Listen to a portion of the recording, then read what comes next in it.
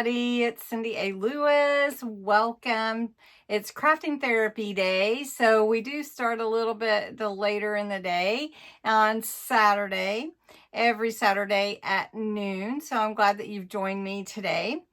Welcome if you're new. Glad to have you here. Post below, say hello. I'd love to meet you.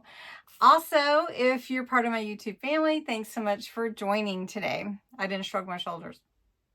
I don't know. Anyway, if you've seen my other videos, you might. So today, I'm going to show you how to make homemade gesso. And we'll talk a little bit about that in just a minute. But first, I want to remind you to go to the March 1st video. It's National Craft Month. And we're doing a video a day. Plus, I'm doing a big giveaway on March 31st. All those prizes back there, well, they're not all prizes, but there's a bunch of prizes back there. And I'm going to be giving away different prizes to 10 winners. So you got to check out the video. It's all described in the description under March 1st video. All right, let's jump into how to make your own gesso. What is gesso and how am I going to use it? Okay, let's do it. I am part of a Dollar Tree Junk Journal Challenge. So we were limited to 20 different, 20 supplies. And I'm going to use them to the fullest. And it is really making me think about how to do this with the supplies that I have. I made this from a paper bag. So the base is a paper bag and some an envelope that I cut and, flattened out. Now, I usually, when I do this kind of thing, I'll have some kind of cardstock or a file folder for the backing. But today, I also made another one, but this is more subtle, less color. It's just sort of a black and white theme with the flowers and the pages from the book onto a brown paper bag, and also the stability of the envelope. So I scanned it, and you can see this is the print in color and how it comes out. And then this one is the pure black and white print. So I want to add some gesso, and I know that not everyone has access to gesso. So gesso is a really fun thing to add to your art. You can add it to where it will give it a different texture and kind of a little dimension. But it's also a primer, and so basically for painting and that kind of thing. But I like to use it for other than that. But you can buy gesso just like this, and you can get a big old, bottle of it. Or if you don't have access to that, you can create your own. It will last a couple of weeks, so you wouldn't want to over make it.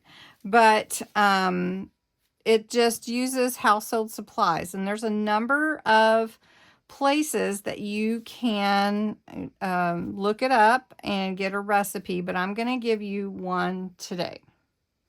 All right, you're going to need your water, your paint, whatever color you want your gesso to be. I'm using a white acrylic paint. You're going to need a spatula or something to stir with. You're measuring whatever you want to measure with, and then a storage container that you can seal. Right, I've got my old measuring bowl here is clear, so that's why I chose this one. So we're going to make a small batch. So you need 3 parts of baking soda and 3 parts of the cornstarch. So we're just going to measure at it. 3 parts, and I'm just going to do a small batch so that we can try it out. And 3 parts of, let's get it as even as possible, 3 parts of cornstarch again, and 3 parts of the baking soda. Now the direction is to make sure you get your lumps out of your powders, and you can use a sifter if you want to, but it doesn't lump up too much, so I'm good with that. All right. Then you're going to want to mix your glue and your paint in next. Now your glue, just regular PVA glue, just regular, but this is the one I had, so we're going to use this one. 1 part glue. So I put 3 parts of baking soda, 3 parts of cornstarch. So I just need 1 part of glue. So I'm gonna put that in here. And of course I get one that's not very full. So we're gonna do glue. Come on, glue. Okay. So then we're gonna put that in there. Okay. And then I need my paint. Now this is optional. It will color your gesso, but I want it to be white, so I'm just going to use white, and I'm going to use about a part of paint, 1 part or a little bit more. Okay. And then I need to mix. Now I'm going to start mixing this. It doesn't look like a lot, I know. But then you start adding water. Now you'll want to add probably 2 to 3 parts water, depending on the thickness you want. So we're going to take our water, and I'm going to start with 2 parts. That's a little bit more. Okay, so we'll put that in there, and then we're just going to start mixing. So you can see what we've got here, and this is creating my own gesso. So I just want to show you, it's really easy. Now normally I would make a bigger batch, but I just wanted to make a small batch for here on the camera. Oh, let me just open this. So you can see the consistency.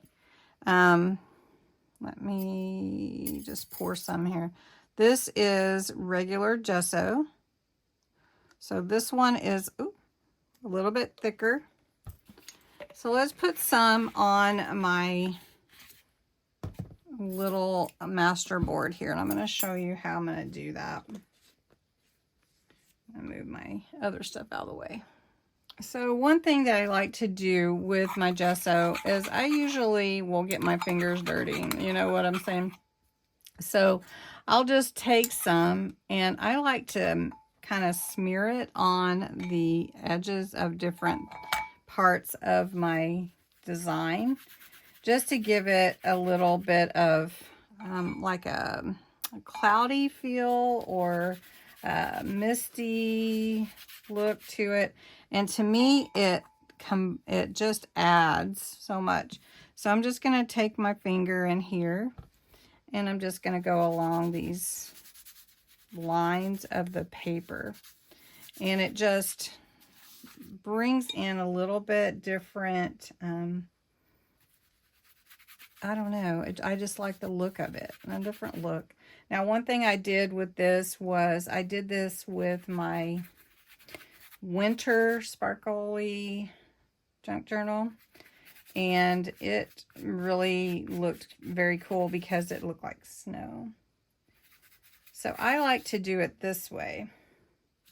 Now you can use stencils also. I'm very excited to see how this looks on the scan once I get this done. But it also will add a little dimension, and it will dry. Very cool. So I just wanted to show you this. So this can dry, and then I can rescan it. Okay. And then the other one is here, and we can soften these edges as well with the homemade gesso. So we're just going to do a little bit here and here. So I hope that you enjoy learning about homemade gesso. I am using it with my Dollar Tree junk journal for the challenge to accent some of this paper that I'm using from the book and making these masterboards. But I'm gonna come across some of these words and kind of blend them into that Gesso. I hope you enjoyed this. Don't forget, try making your own gesso. It really adds a lot to your designs. Here's another one. Gesso adds so much to your designs. So anyway, thanks so much for watching. Make your own gesso and let me know what you think of it. Have a great day. Thanks. Bye-bye.